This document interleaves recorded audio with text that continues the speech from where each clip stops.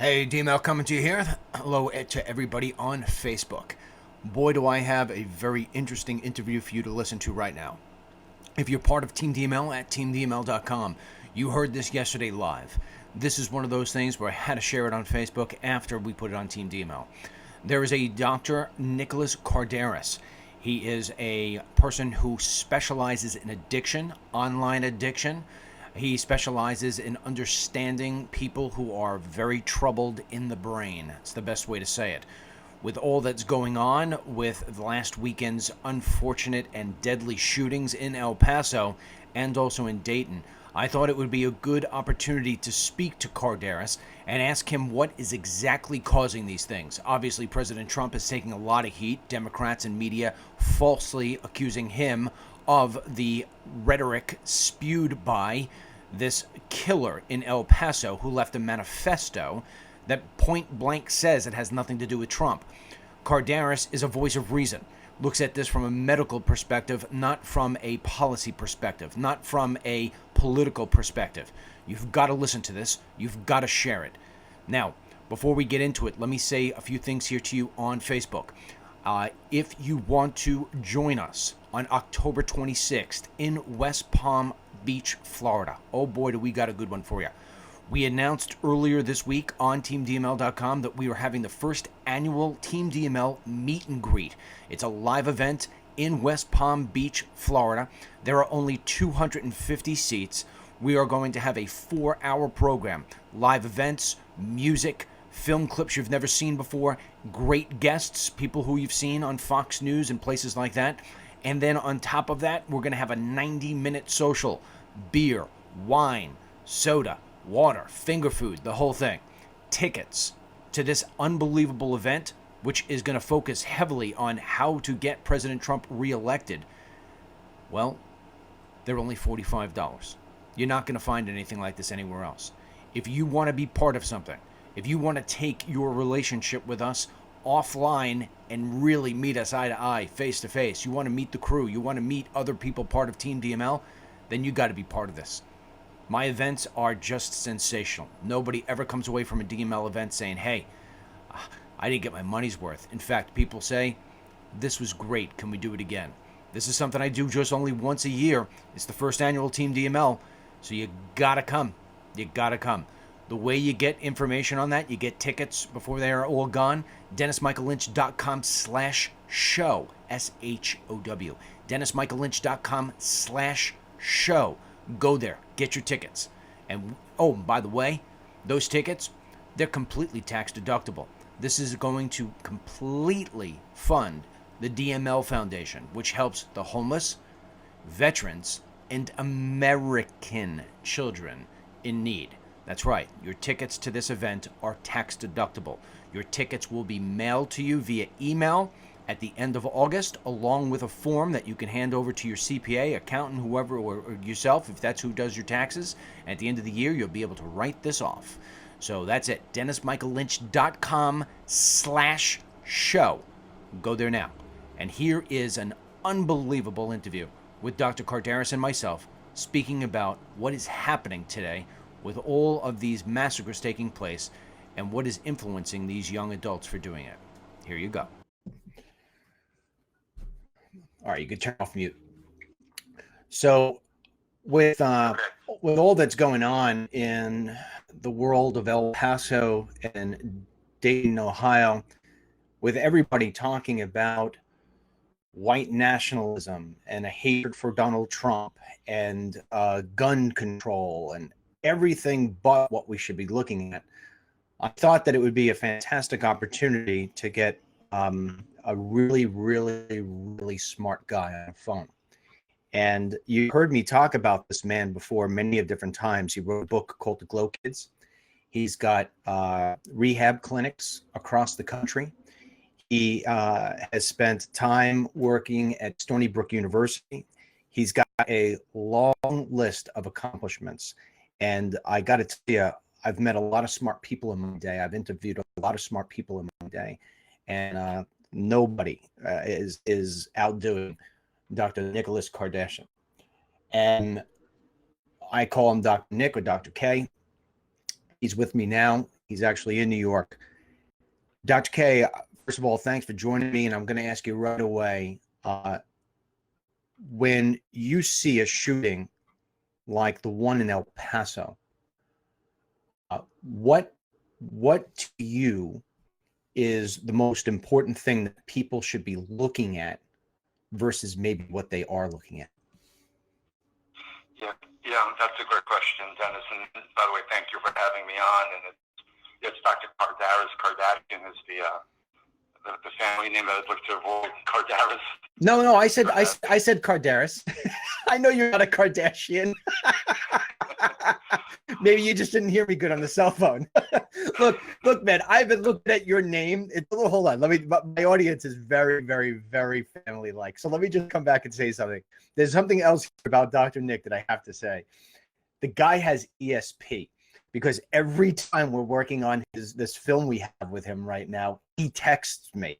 So believe me when I tell you, I know what your name is because I've been looking at it every single day in the editing room. But go ahead, Mr. Kardashian. Go ahead. As soon as my husband Kanye West can get out of the way. But, you know, and I'm glad we had a little moment of lightness because this is such a heavy and serious subject. It's, you know, when I see a shooting like El Paso, when I see a shooting like in Dayton, these are the canaries in the coal mine of how broken our society has become. You know, these are the telltale signs of we're broken. You know, we've become a very toxic, sick society, and at the fringes, you know, we have these really empty, broken, young, angry men who are just empty vessels who can be filled with, who are very impressionable, empty, broken vessels who can be filled, or let's call it brainwashed or programmed by any variety of ideology. And it's fill in the blank. It doesn't matter what the ideology is or what makes them more virulent. But what we do know is that, let's call it the digital age, and all the things that go with the digital age have acted as an echo chamber, as an amplifier of their misguided anger. And that's really what we're seeing, and I kind of elaborate a little bit more. I could use a little bit of case study on the young man that I'm working with on the capital murder case in Florida, because I think that's also a perfect example of what we're talking about, Dennis. Yeah. If you want me to. No, I want you to go into it. Well, I've been asked to be an expert witness for a capital murder trial in Florida for another broken young man, a 17-year-old orphan, 12, so no father figure in their lives. And again, byproduct of our society where people are growing up by every mental health metric, by every way that we measure mental health, we are the most sick that we've ever been. Highest rates of depression, suicide rates at the highest level that they've ever been, the opioid epidemic, anxiety rates, addiction rates. We are a sick society. The CDC had measured over 200,000 fatalities last year, which they attributed to a new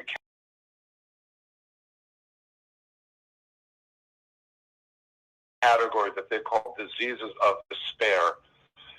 And diseases of despair were the opioid epidemic, suicides, and chronic alcoholism. And most of those 200,000 deaths were people under 30 years old. So it was disproportionately affecting young people. Young people were being more despondent, more depressed, more just not having any purpose or meaning in their lives, which, you know, the larger cultural context of this is that modern society has made us more alone, more isolated, vacuumed out any traditional sense of purpose, you know, and traditional support systems like faith-based or family, you know, the nuclear family has gone kaboom. So a lot of young men are just untethered. They lack mooring. There's been no sense of civics or ethics or right and wrong. And in that void, popular culture has sort of poured in, or digital, unmonitored, uncensored chat rooms with all sorts of different ideologies are pouring into their hearts and minds. So this 17-year-old boy in Florida 3 years ago was an extreme progressive liberal, because it's the identity he chose at that point, because he's been an empty vessel his entire life. Then a year later, he became a white supremacist, 2 years ago. And then finally, last year, he became an Islamic fundamentalist. He became an ISIS warrior. So he went from progressive to white supremacist to ISIS in 3 years. And what had brainwashed him was, let's call it the YouTube algorithm. I've seen the documentation of what his viewing habits were. So this was a young man, the typical profile, no friends, alone, in front of a screen, in the basement, in the bunker of his mother's basement, and he's watching YouTube. And he just was given a documentary to watch about the Syria conflict, which was fairly moderate or fairly objective about this conflict in Syria. But then because he watched that, the YouTube algorithm then fed him an ISIS recruitment video, and then another one, and then another one. And there was an ISIS decapitation video, and then a more graphic and violent decapitation video. So they started pumping his visual, and they started pumping into his brain more and more vile, aggressive, because it's a battle for engagement to keep him watching. So over the course of a year, he was flooded with thousands and thousands and thousands of YouTube clips that were vile and violent, and so he became that, and eventually his only friend that he had from childhood, from preschool, he had a young man that was the only friend that he had, and he said to him, "My younger brother is having a birthday party. He's 13. Why don't you come over? It might be good for you to get out of the basement and be around some other people." And so this 17-year-old suburban white boy in Florida, who is now an ISIS radicalized young man, went to this birthday party. Everybody went to sleep. He got up at 1 o'clock in the morning, went to YouTube, watched 2 more hours, and they were able to track his viewing habit, 2 more hours of decapitation videos, and then murdered the 13-year-old birthday boy. The boy's mother ran up the stairs to see what was happening in the commotion. He stabbed the mother over 20 times. The other son ran up the stairs. He stabbed him over 32 times. The mother and the brother survived, but the 13-year-old birthday boy was killed. And the defense is saying this young man was insane, driven insane by what he viewed, by what he watched, by the world that he was immersed in. And that's what we're seeing more and more of, just an empty generation who maybe 30 years ago this loner kid would have joined the cult or would have maybe signed up for the Masons or something. He would have found community somewhere. But now, because of the digital immersion aspect and the extremist aspect of some of these sites, that's what's happening. They're having a much more impact on these outlier young angry men. So, I mean, what an incredible story. And your role in testifying is what? Well, I'm supposed to give testimony to the realities of basically, can someone be brainwashed or radicalized by their viewing content? Can essentially YouTube algorithms brainwash someone? Can they drive someone insane? And I've worked with the Trump Tower climber, the young men that during the primaries climbed the Trump Tower with those suction cups. People might remember there was a young 19-year-old who climbed the side of Trump Tower, who seemed just, at the time it was on every news channel, and he was another young man who was just watching he was reading political site after political site. What happened is, because they're so hypnotic, because screen time and some of the digital immersion can be so habit-forming, he would stay up for 2 or 3 days reading different political stories, and then he had a psychotic break, and he drove from Virginia to New York, and he tried to climb up Trump Tower to meet Mr. Trump. And this was 2016, and it was one of the first high-profile cases of, let's call it, digitally induced psychotic break, where somebody went insane by just, again, sleep-deprived, thousands of hours of immersing in certain violent content. Originally, Dennis, when you and I spoke, we talked about what role things like really immersive first-person shooter games can have. And to some degree, some people can mock that. Some people, some of the research is pretty clear about how desensitizing and how aggressive that can make people. So we know that not every kid that plays a video game, that plays Grand Theft Auto, is going to go out and commit a homicide. We've said this before. Not every kid is going to become a school shooter, but we know that every school shooter has been a gamer. So for the already outlier, young, alienated, disaffected young man, playing thousands of hours of immersive violent content, it does not help in terms of how aggressive they become. And then add to that now some of the chat rooms and the, like Chan 8, unmoderated chat rooms where I'm angry and I'm going to enter an echo chamber that's going to amplify and increase the level of the intensity of my anger. It's going to be an amplification chamber. You're going to come out to the end of that being fully radicalized or extremist, whatever language you want to use. That young person is going to be brainwashed. But digital brainwashing. So here's one of the big problems, though, because just this morning, I don't know if you saw this or not. There was a mass stabbing in California. A guy went around, stabbed a whole bunch of people with a knife. So, when I look at this in the conversations I've had with you, and I've read a book called Glow Kids. It's one of the best books I've ever read. I suggest everybody goes out and gets it. And in doing this film that we've been putting together here, and all my work with Parkland, here's where I see the problem, and you tell me if I'm wrong or right. We keep on looking at the gun, and we keep on looking at the chat rooms, and nobody's sitting here and saying we got to look at the person's brain. I mean, when you say anger, when you say, these people have gone mentally insane, I agree with you. And I should point out that I think a lost life, be it a bombing, be it a shooting, being a knifing, is all equal. To me, it's not the weapon, it's why the person picked it up. I just feel like nobody's addressing that, Dr. K. Am I right or wrong there? Well, absolutely. Absolutely. It's looking at these school shootings and looking at the gun piece of it is, to me, just so myopic and so narrow-minded of a perspective. It's like when you look at, let's say, addiction, and you're looking at an alcoholic and you're saying, well, the problem is the alcohol. The problem is not the alcohol. The problem is what the person is so compulsively driven to consume the alcohol.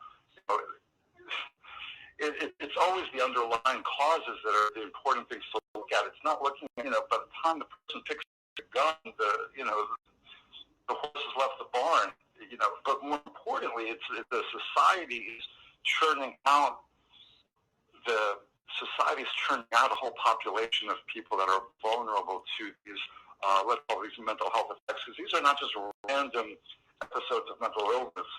This is the intersection or the perfect storm of certain cultural factors that have led to creating young, let's call them less resilient people as well. The other part, because I am writing a new book now also that's really looking at all these dynamics, and the book is called Crazy, and how 21st century living is driving us insane. And we weren't meant to live like this, Dennis. We weren't meant to live in cubes, staring at screens, not being socially connected in meaningful ways, having a sense of purpose, a strong sense of core identity that's really rooted into our family, into our cultural heritage, into a sense of what defines a person. So, Dennis, you have a pretty clear sense of I, what we would call the self-concept. You have a strong sense of identity. You're going to be less likely to be brainwashed and become a radical Islamic warrior next week, because you have a strong core sense already that's been shaped into you as a child. But now we have children being born in this toxic waters of there's no, there's the way that young people's identity being formed now, they're being so overwhelmed, the information overload and the mixed messaging, both from gender fluidity and political correctness. And yeah, I need to go there with the political correctness, because one thing that political correctness is doing from a psychological standpoint, because in my new book, I do identify the political correctness as one of the prongs that's making young people much less resilient, much more fragile to a lot of these, not only mental health impacts, but shaping influences of outside forces. So if political correctness has made people so hypersensitized to language, if by the time, because I was a professor at Stony Brook for 10 years, and by my last couple of years teaching, saw the fragility of the average undergraduate and graduate, where back in the day, you were able to teach a student and engage them with pretty powerful or challenging ideas. Now we saw that not only were ideas hurtful, words were people were so hypersensitized to words, to language, to ideas that they found dissonant. So now, how is a young person who is so sensitive to language and so sensitive to dissonant ideas going to enter reality or the workforce and not be depressed, vulnerable, need to escape, self-medicate? Again, it's one of the prongs of the opioid epidemic. Why are young people so self-medicating at such a high degree? Yeah, there's too many pharmaceuticals too readily available. Of course there's that. But why are young people now so prone to escaping their day-to-day reality? Why are they so unable to cope with the slings and arrows of life that they need to escape? And now not only are they escaping, but they're also so empty that they're, like we're saying, they're being more vulnerable to being brainwashed by any kind of issue that comes before them, because they've got these personality disorders, they've got mood disorder. Depression is at an all-time high. And Stephen Ilardi, Dr. Ilardi at the University of Kansas, has done a lot of the global depression research, and he found some interesting things. He wrote the book, The Depression Cure, a few years ago, and Ilardi had found that there were certain cultures, and most of them tended to be indigenous, that had zero rates of depression. He studied the Papua New Guinea, and over 10 years, 2,000 people studied in New Guinea. Not one of them were clinically depressed. And these were people that had really hard lives. They were hunter-gatherers. They were surviving day to day, having an easy life, but not one of them was depressed. And the common denominators that he found that were lacking in our society, that he called depression immunizers, was they had strong sense of community. Mm-hmm. So these folks in New Guinea, strong community structure, family and village type structure that gave a sense of support. They were physically active, which we're now essentially a sedentary culture that's screen-based. They had healthy omega-3 diets, and they were outdoors a lot too. They got sunlight. So we become an indoor, sedentary, non-communal, isolated, fragmented society. And those are all the ingredients that lead to depression, to self-medicating, to feeling lost, to feeling no sense of purpose and meaning or identity in my life. Well, of course, then now, if somebody pumps your brain full of ISIS videos or some other virulent ideology, you're a broken, empty vessel that's going to glom onto that because you have nothing else to identify with. I'm listening to just all that information that you just gave, and I just want to personalize it for a second. Last night, my wife and I, in fact, you and I were text messaging back and forth, and those text messages I sent you were we were sitting outside watching the laptop of the film that we're putting together with you from the interview we did last year, and we were out there, and after we were done talking about you and the film and today, we just started talking, and my wife said to me, you've been so edgy lately. And you know why? Because I haven't been getting outside. I haven't been doing my exercising. I've been so locked up with your film and another film I've been doing, and I'm working around the clock. I'm looking out my window, even as I'm talking to you right now. I'm looking out the window, and you see it. I mean, you're not far from where I am today. It's sunny out there. It's sunny, and I want to get out there. I'm not out there, and so instead I'm looking at my screen. I'm surrounded right now. No joke, Dr. K. I'm surrounded right now by 6 or 7 screens. They're all on. And here I am. You said I'm already pretty built around my sense of I. I've got my sense about me. I can imagine where a youngster who doesn't have that sense of I will start to get lost into this glow that is looking at me right now. And to my point, where my wife says, you're edgy. Well, I know how to get past it. These kids Yeah. don't. And so I want to take that, and I want to also shift gears a little bit here into the ID of these people. You're here's the shooting in El Paso, and they take a couple other looks at shootings, and right away it's the white nationalist. Now, I'm not going to deny, I look at the kids who are carrying out these school shootings, and I see them mostly white. Why do you think that? And you're a white guy, and I'm a white guy, so we're not going to be sitting here looking to pick on somebody's skin, regardless. But why do you think that by and large it's mostly white kids or young adults who are carrying this out? Where are the blacks? Where are the Asians? Where are the Latinos? Right, we're the black school shooters, right? Mm-hmm. That's a great question. And by the way, that picture you just painted of you sitting surrounded by screens and beginning to feel the edginess, and you're a man of a certain age and a certain level of accomplishments, and you're feeling edgy. That's just really beautifully said the way you described that. Yeah, so why young white males and the shooting and the anger? I could say, as you mentioned, that mass knifing episode, which I had not read about yet today, but I think I mentioned to you when we spoke last time. There's a phenomenon of mass stabbings in China, and what's driving that is young Chinese males, and the psychological profile and the dynamic there is you've had a huge shift in their society as well. China has shifted in a really short period of time from primarily an agrarian farming culture into a hyper post-industrial factory-based culture. So you've had traditionally men that used to have a sense of rootedness and identity into their, if you were a serf in China, you weren't rich, but you had your little 8 by 10 plot of land, and that gave you a sense of rootedness and identity. Now all of a sudden, tens of millions of people have been really ripped off their land, off the plots of land that have been stuck in Beijing or Shanghai or these megacities in corporate structures, dehumanizing factories like Foxconn, and lost their sense of identity, lost their sense of purpose in their lives, and they start having these not only mass levels of suicides, right? Foxconn, there were 7 people a week were jumping off of the roof of Foxconn because they were so despondent at the drudgery of their everyday life. But then there was about a dozen cases of young Chinese men who would go into schools, elementary schools, with machetes and knives and just start hacking and trying to kill as many young children as they could. And people said, what's happening here? Why are young Chinese men attacking schools? So if we look at it, you have an angry person in the society who's experienced a disruption, a shift, a confusing shift. The rug's been pulled out from under them. And now the society that has totally uprooted me, has totally rocked my world upside down. How can I lash back at that society? What represents that society at its essence, but it's most vulnerable?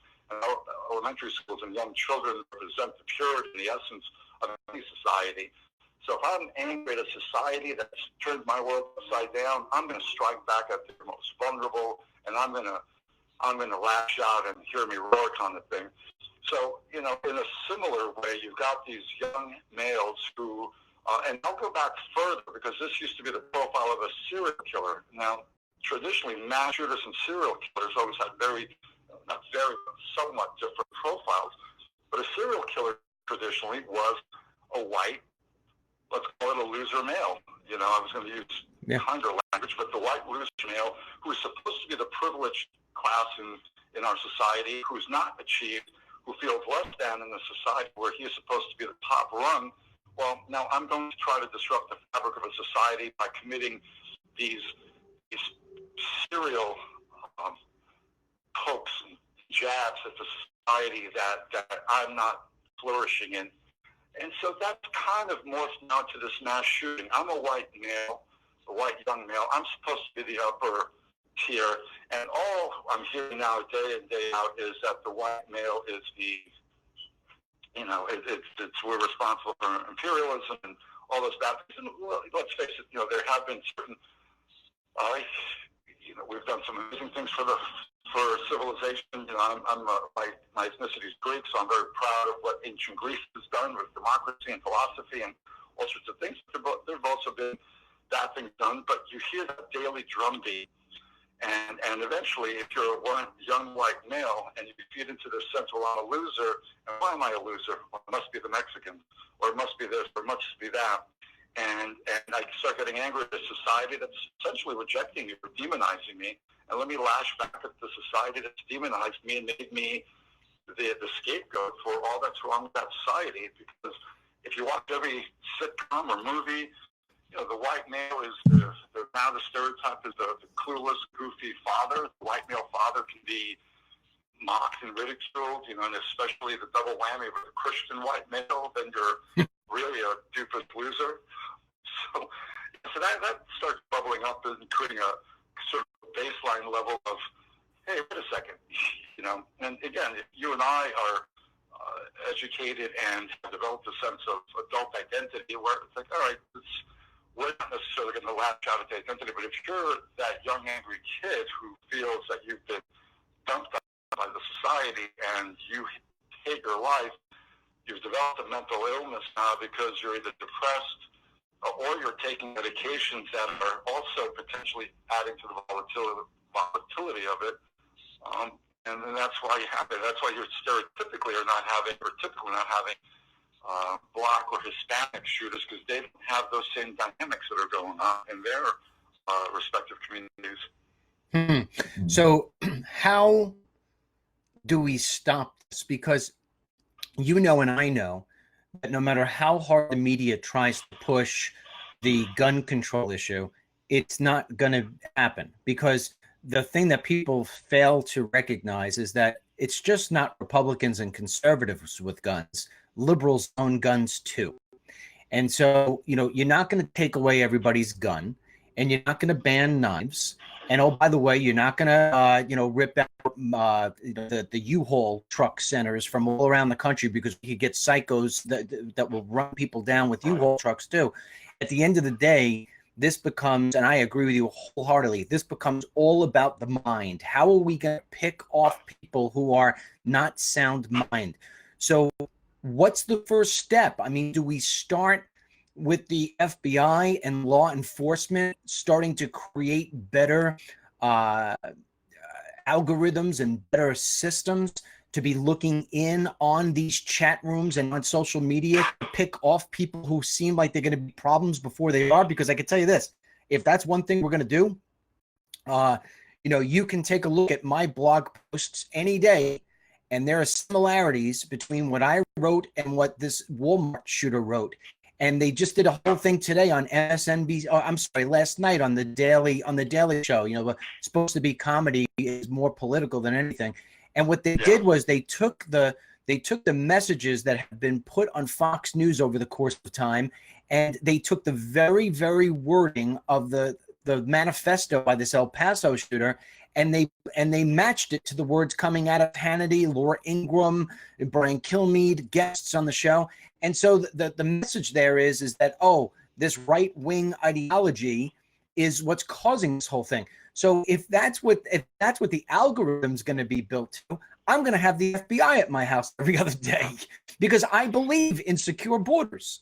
I believe that cheap labor is hurting the American citizen no matter what color they are. But I mean, there is a lab over there, and so how do we do that?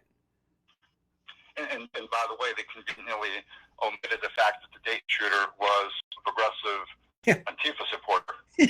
So that part gets conveniently omitted, because again, it's not about left or right. When it becomes politicized like that, and people try to play gotcha. See, this school shooter, he was right wing. Gotcha. It must be everybody who believes in whatever the right wing platform is. So that's a serious part of the problem. And by the way, about the gun issue, we don't do ourselves a service when the NRA is so rigid about certain aspects that are common sense, with the background checks and mental health, and Right. there's such a rigidity on that side of the equation that doesn't help the equation, because then we'd be able to really focus more on the reality of, because if it were harder to attain bump stocks or not, certain assault weapons, there's some common sense things that if at least there'd be agreement on that, then we could shift focus to, okay, because making some of these guns will make these issues or some of these more, let's call it more damaging types of weapons. It's going to minimize some of the damage that would happen. So at least we have to acknowledge common sense things there to then focus on the real issue. Like you had said, what is happening is the FBI is beginning to monitor chat rooms, and they are beginning to try to red flag some potential people. The young man in Florida, the case that I'm working on, he was red flagged. He was on the FBI's radar, and apparently he was 3 weeks away from being arrested because he had made a terrorist threat to a school in northern England, and he was making certain very terroristic comments on his social media platforms, and they were getting around to arresting him in about 2 or 3 weeks, but he committed these murders before the FBI was able to arrest him. There's a danger to that too, as well, because like you said, you make certain comments. Now, if you fall into a certain language that is deemed to be offensive, now we start having, levels of the thought police, and that, that's not without its consequence. I do think that probably the best, most effective thing to do would be to have mental health screenings at the school level. So, 6th grade and as you enter middle school, and 9th grade as you enter high school, there should be national mental health screenings. And we do have to also, we have to be careful, because I'm a psychologist and a clinician. We don't necessarily want to demonize everybody with depression and say that, okay, this young man's depressed, and now, he might be red flagged as a school shooter. But on that spectrum, on that continuum of mental health, I worked with school districts for 15 years. You knew, teachers knew, administrators knew who the potential kids with a hit list were, who the kids, the Columbine. We used to call him in the school district, he's a potential Columbine kid. Mm-hmm. Because there's one thing to be mentally ill, there's another thing to have all the other boxes checked for the more concerning types of mental illness. So the schools are really sort of the front lines where they could monitor and watch behavior, and every school has social worker and psychologists where they could begin to do those mental health screenings.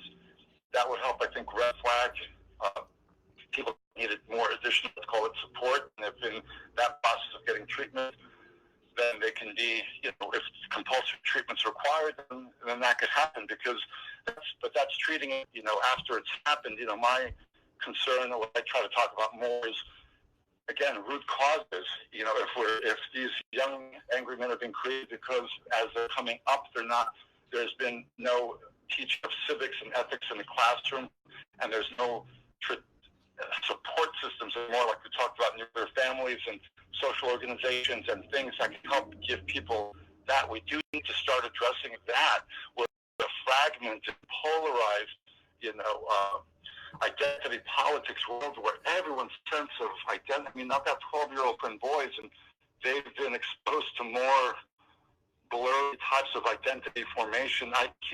It's confusing to be a 10-year-old today in terms of male, female, left, right, up, down. It's a very disorienting world to grow up in, and we need to reestablish a sense of mooring. That's a word that I like to use a lot. Most of these people have lacked a sense of mooring, an anchor that grounds them, so that they don't then sort of drift off into these other ways of violence or other ways of being. So my thing would be screening at school levels, more mental health supports, but also understanding what's gone wrong with our society and beginning to raise our children differently, to be able to teach our children a sense of what is civic responsibility. Richard Dreyfuss years ago was doing a whole campaign where he was trying to promote that public schools start teaching the concept of civics. Because if I have a sense of what civic responsibility is, that's a core value there's an under-awareness of. Ethical teaching, whether it's Aristotelian or Socratic or what have you, a sense of right, wrong. Everyone's afraid to discuss that because public schools have become value neutral. The mental health industry has become value neutral. And so no one's shaping the values of many of the youngest and most vulnerable, and who winds up shaping their values is popular culture. And depending on what they're plugged into, that's going to be what bakes them. I want to respond as a parent, and I'm listening to everything you say here. I'm thinking about when I was a kid, and now with today's kids, and it's really hypocritical for me to say, I hate this technology, because if it weren't for this technology, I wouldn't be in the business I'm in. So I'd be in a different business, and so in one breath, I love the technology, and in the other breath, I hate the technology, because I know it's chipping away at our society. I know it's chipping away at our youth. I know it's chipping away at our value systems. And as a parent, I will compliment myself in the sense that maybe it's because of my work that, and I got to tell you something. I'm not saying this because you're on the phone. I have said this when you're not on the phone. I often refer to you when I'm in these podcasts that we're talking about this sort of thing. I always bring you up, and your book. I mean, I got an 11-year-old daughter, and from time to time, I will look out my window and I'll see her sitting there on that frickin' iPad. And you know what I do? I go up and I say, "Hey, little kid, what's up?" And we use the title of your book. And immediately when I say that, she shuts it down. And so when we go to dinner, we make a practice of nobody brings the cell phone to dinner. My daughter and her friends, they have a new game. When they go out to dinner, she's 21 years old now, but she's got friends ranging from 19 to 22, 23. When they go out to dinner as a group, they all put their cell phones in the middle of the table, and the first person to grab their cell phone has to pay the bill. So, there's multiple different ways that you can enforce that your kids don't get locked up on this stuff. But at the same time, Dr. K, I got to tell you, I've been in the car before with my kids driving me crazy. And I say to Mary, I'm like, "Mary, can't you put on a video or something?" And it's like, to a certain degree, we become hypocritical, because the technology has been sort of the parents' way of escaping. It's become the Calgon bath. So, do you have any hints other than any tips other than what I've said here that parents can do, not only for their own kids to sort of shave back on the digital stuff, but also what they do if they see Johnny or Susie in the neighborhood appearing as if they're problematic or on a path for wrong? Yeah, the main thing is pumping the brakes on the age that we unleash the technology to bits, because there was this sort of, I think we were smitten as a society. We're like, "Oh my God, look how amazing these new devices are," and we were so struck by how the new shiny gadgetry was, how powerful and all the fancy abilities we were able to do. So we, the adults, unleashed the hounds to.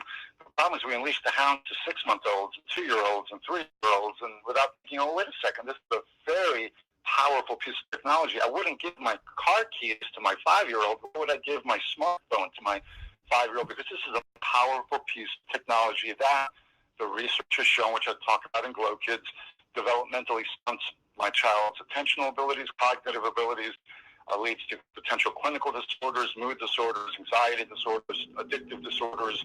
Why would I give that device to my 5, 7, 8-year-old? So the first thing I try to really preach hard is pump the brakes on when you give that. Your kid's he's going to be digitally savvy. No worries. You don't have to make him in utero digitally savvy. They don't have to be a 6-month-old with an iPad. They'll get it. We talk about that a lot. So if people can slow that piece down, developmentally, it'll be better for their children.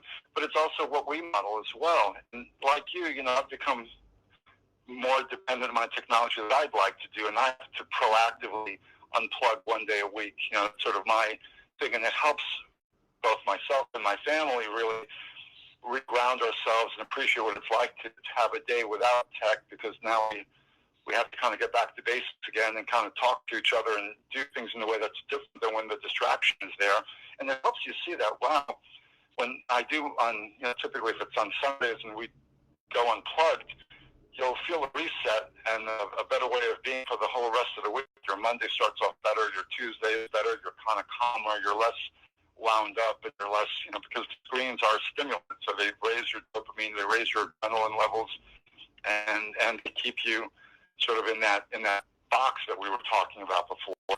So if we become aware of those kinds of things, look, technology is, of course, here to stay, but the more we become aware of how powerful it can be, the more hopefully cautious. And we talk about being the mindful use of technology and being tech cautious rather than, this unfettered, totally unbound sense of anybody and anyone at any age, at any time, just jumping on the screen. And part of it was that our generation, you and my generation, we conflated modern screens with television.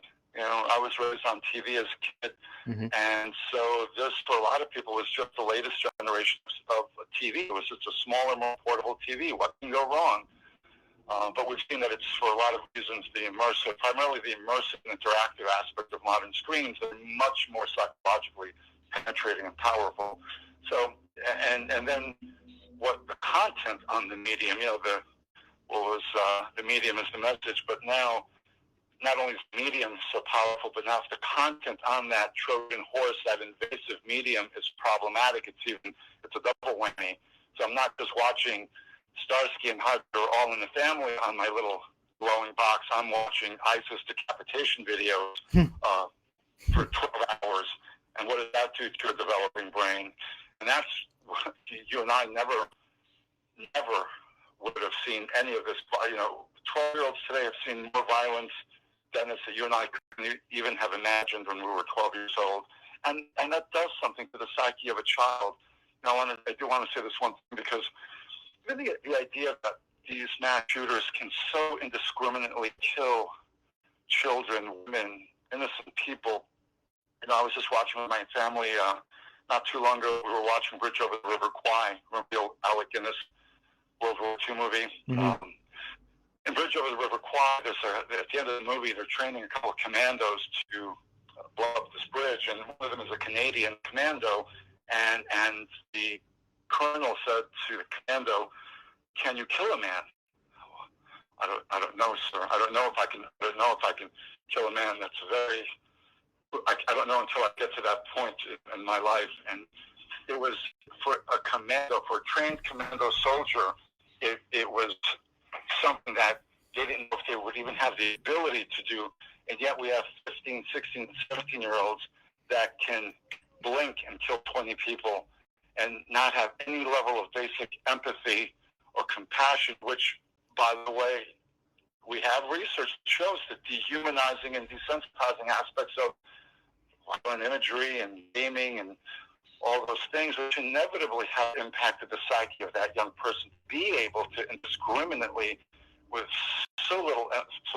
with no empathy, take out children and adults, which commandos of 50 years ago had to think if they could even do. So right. Things have changed. One of the greatest, and we'll wind up here. I got a couple more questions for you, and I'll let you go.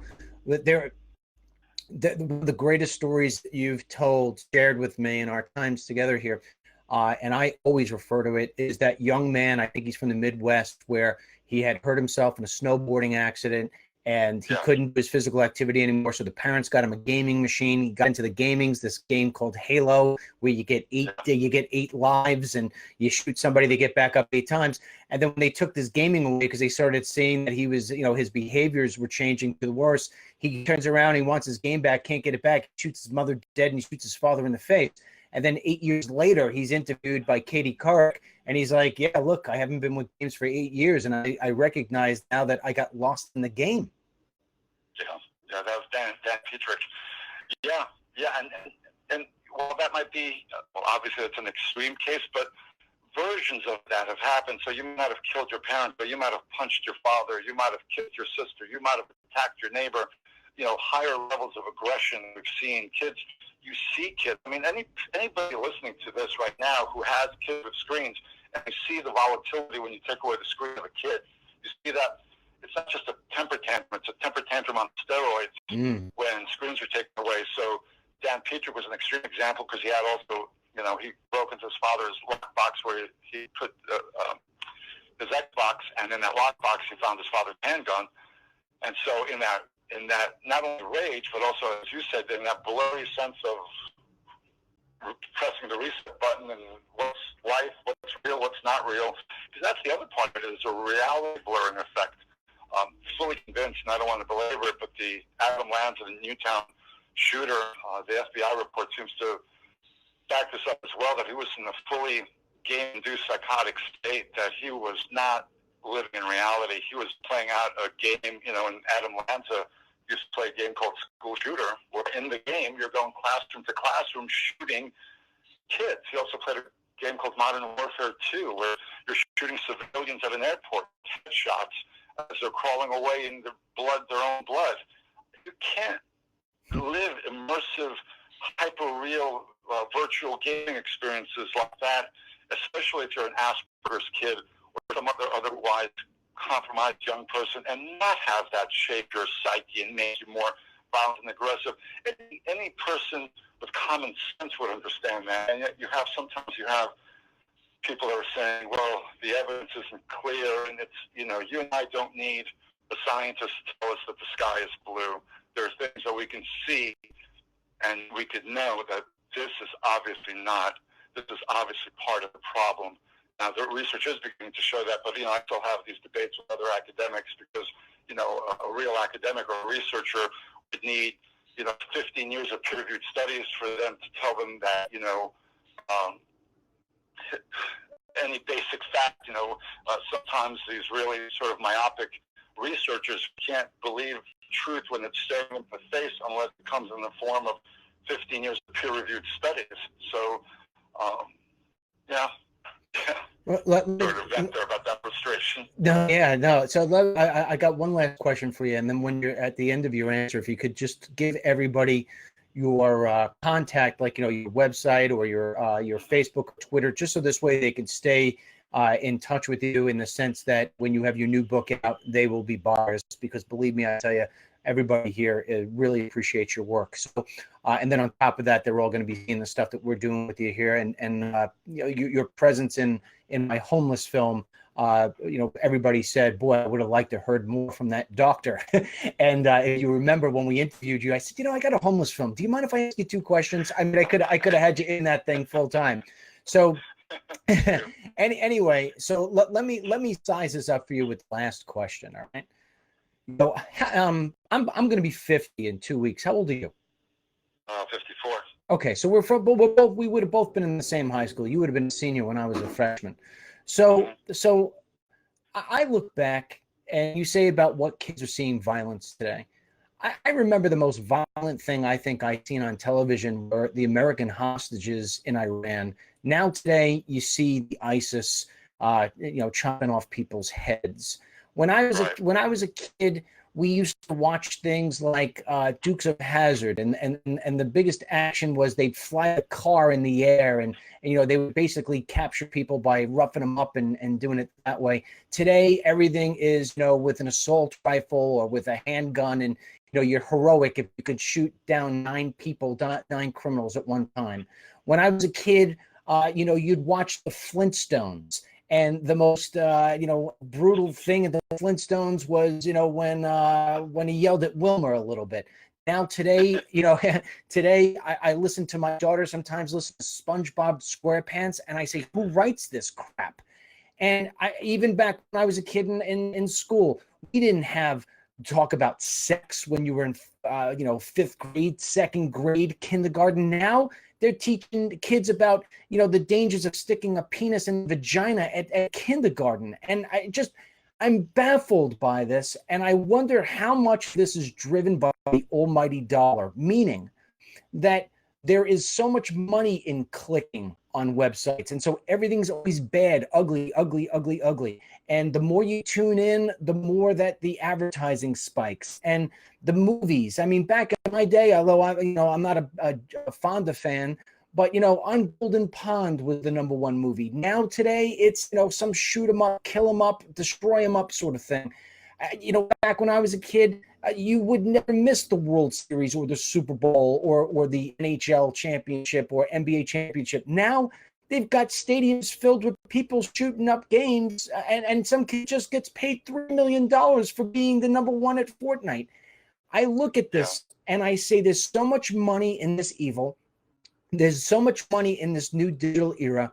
And so my question becomes this to you. Do you ever see this getting better, or no matter how hard people like yourself try, are we just on the weak end of the stick when we're trying to battle a digital age that's only becoming more virtual and more real in terms of its impact? Yeah. The way you describe it, Dennis, and you're talking about, in the digital economy, it's the battle for the eyeballs, as they call it, so, and they know that to win the battle for the eyeballs, you have to raise the stakes of intensity, raise the stakes of how, because let's face it, the more intense, the more lights, the more colors, the more sound, and what happens is, look at screen, like you mentioned, On Golden Pond, or look at even children's television, Mr. Rogers versus the Nickelodeon show, which is effectively the rapid cuts and lights and sound of a music video, a lot of the program, because now to engage a child, they've been so desensitized to lights and sound that, you walk into a movie, and if it's not, it's essentially a video game writ large. The Avengers is the lights and sounds of a video game, because now everyone is competing for the attention of consumer. The child consumer, the adolescent consumer has to compete with gaming, because that kid is on a screen for 9 to 11 hours a day.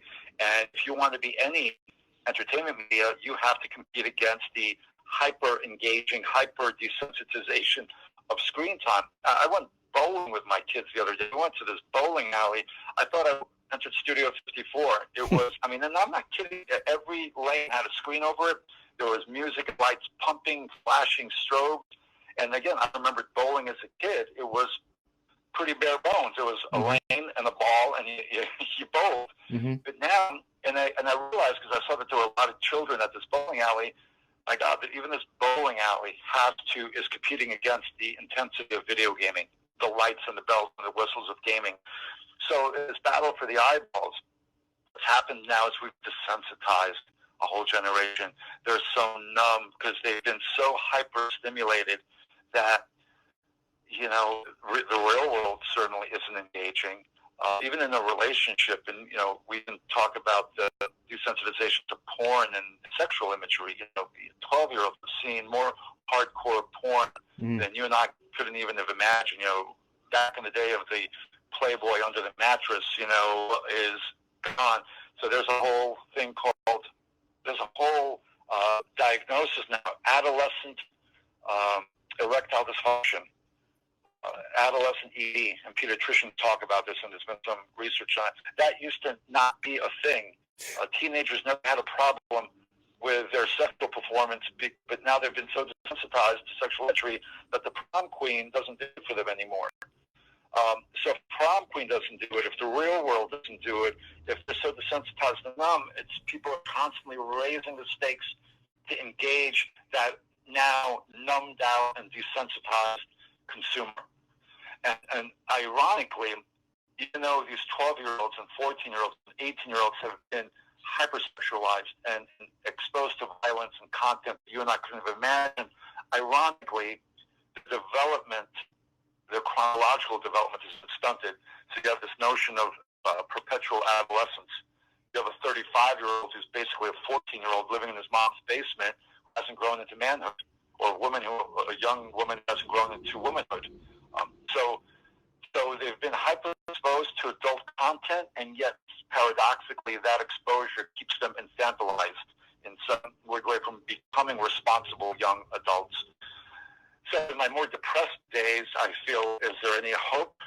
The genie's been let out of the bottle. This is just, we're on, the cart is moving downhill at increasing speeds. And at other moments, I do feel hopeful because there does seem to be a grassroots awakening to enough. Enough is enough. Where forget as professionals, but as human beings and as parents, we begin to say, I'm not down with this. I don't want to be a victim of this kind of monetizing of my children or this erosion of the society. And I'm unplugging, or I'm going to start pushing back. And, pushing back, we talk about there have been now alternate schools that have been formed that are screen-free, and boycotting products that do monetize and treat children as consumers in a way that they should be, or are targeting children in ways that they shouldn't be. A class action lawsuit against big tech, breaking up big tech in the same way that AT&T was broken up, because they're monopolies now that are now not only the thought police, but the algorithms control what we see and shape our minds. Who designated Facebook and YouTube to who made them the arbiter of what my mind sees, what I search? Who told them to make news feed suggestions for me? Yeah. That kind of thing. I think if we begin to sort of take our voice and say here and no further, there's power in that as well. And so I think your voice and my voice, and beginning to have a real awakening, not just being woke to some other more, let's call it racial diversity or disparity issue, but being really woke to, we're being stuck in the matrix, and we're asleep to the fact that we're being stuck in the matrix, and we have to wake up to the fact that they're robbing us of our humanity. They're robbing us of what it means to genuinely be a human being anymore by keeping us in these digital boxes. Oh, and don't mind the school shootings. Nothing to see here. Keep moving, even though they're happening now at a record level. Something's broken, and who's going to lift their heads up from their Candy Crush game or from American Idol long enough to say, this wasn't the way we were meant to live? Man, let me tell you something. You just nailed it over the freaking fence. And I said it was the last question. I'm going to make one more comment, and then I want you to tell everybody where they could get more information about you going forward. I used to be a regular staple on Fox News 4 times a week. And I would, after a while, you start to become addicted to, oh, they need to hear me. They want to see me. They would, and I realized the fact that my whole life was being shaped around my next Fox hit. And, I disconnected from, not only did I disconnect from going to do those things, I said, I'm just going to do my own thing. I got to be able to control my own destiny. I can't be spending my whole day for 3 minutes on Fox News. And it became such an addiction for me to be on that television. I just said, I'm done with this. I'm done with it. And then when you fast forward it, I get people all the time saying to me, did you see what happened last night on Tucker? Did you see what happened last night on Hannity? And my answer always is no. That's it. I have disconnected from that world, and now I read. I told you, I got the screens around me, so I have a poison, but I don't get caught up in listening to the same thing every hour on CNN, Fox News. It's the same thing every hour, just repeated. Let me have it once, and then let me move on. And I think that, let me tell you, I go back to the same thing. I'm a confident guy. It took me a long time to break that, to shake that. And now I don't miss it at all, to be honest. I mean, I wouldn't even, if I get asked, I always say, no, thanks. I don't want to go back on. I got my own thing. We just set up the first annual, I got this thing called Team DML. You and I have never talked about this, but, I got a very big presence on social media. I got a very big presence online. We get 10 million plus people coming in every month to our websites. And then I've got this thing where this is with you right now. We're live on a thing called teamdml.com. And it's about 3,000 people who all pay a membership to me. We talk every single day. It's 1 hour a day. We got a chat room, and then it's done. I'll talk to you again tomorrow. And then after that, I will take this interview that I did with you, and I'll put it up on Facebook, and it will go out to 1.1 million people. And the Team DML folks, I said to them, you know what? We're living through the computer screen together. We have to have a live meet and greet. And so we set Yeah. one for October 26th in Florida. We have this event, 250 people. The thing's going to be packed out, sold out. And it gives us a chance to have that face-to-face interaction that you and I have been sitting here talking about that's so damn important. So with that being said, I'm going to be talking about you again on October 26th. Tell people where they can get Glow Kids, where they can get your new book, where they could find out more about what you're doing, if you're posting, anything. Go ahead. Yeah. So my website is www.drkardaras.com. DRKARDARAS.com is my website. My email, my contact are there as well. And Glow Kids is available on Amazon and in bookstores, and it's in 10 languages and having a resurgence, and selling stronger now than it was probably when it first came out, which is really gratifying to see that again. It's being mandated at a lot of schools and a lot of different parent organizations. I do a lot of keynote speaking at conferences, both for mental health conferences and education conferences, which is also great. The new book is still being written. Crazy. How 21st century living is driving us insane. And so that will also be out to my publisher, St. Martin's Press. And I don't have I'm on Facebook, Nicholas Kardaras, but I don't Twitter by choice, and I try to stay off of some of the other platforms. Good.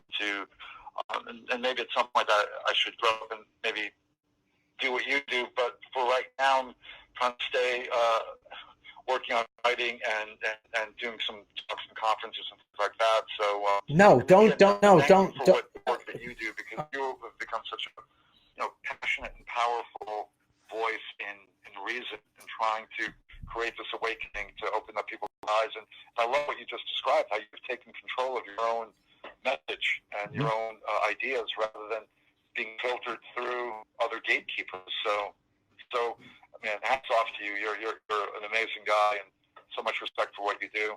I appreciate it, and those are really kind words. And I'll tell you what, I'm going to jump off with you. Going to finish up the program here with these folks, and then, as I said to you, I'll send you. You get to see some of what it is we're working with this film. You're going to love it, and not only are you a handsome gentleman, but you are very smart. So you're gonna like what you see, I think. I think you need a new pair of glasses, but anyway, thank you. I appreciate it. All right, let's try to have lunch before you go back to Hawaii. Definitely. All right. Thank you so much, Dennis. All right, pal. See you later. All right, I hope you found some value in that interview. Dr. Kardaras is great. Glow Kids is an amazing book. And again, please consider coming and joining us. We really need you. Don't just be a spectator on the sidelines. Make the effort. We got people flying in from all over the country. Go to DennisMichaelLynch.com/show. That's DennisMichaelLynch.com/show. Get your tickets. They are 100% tax deductible. They go to the DML Foundation, which is for veterans, homeless folks, and American children in need. The tickets are $45 each, and as I said in the beginning of the program, it is a 4-hour event. The first 2.5 hours, live show, music, entertainment, film clips you've never seen, strategies about how to get Donald Trump reelected in 2020. Oh, it's going to be good. You're going to love it. We're going to have some of you people come up on stage. Fantastic, I'm telling you. Then followed by a 90-minute social event. I'll be out there mixing and mingling with you. We'll be taking pictures. We'll be giving out maybe a couple prizes. You'll have beer, wine, finger foods, soda, water, all of it. You don't have to dip into your pocket. $45 per ticket at DennisMichaelLynch.com/show. I hope you share this, and I hope you get in there and get a ticket. There's only 250 seats. We have it limited. So get in there quick. It's October 26th, Saturday, in West Palm Beach, Florida, at the Rinker, Rinker, the Rinker Theater. All right. Talk to you later.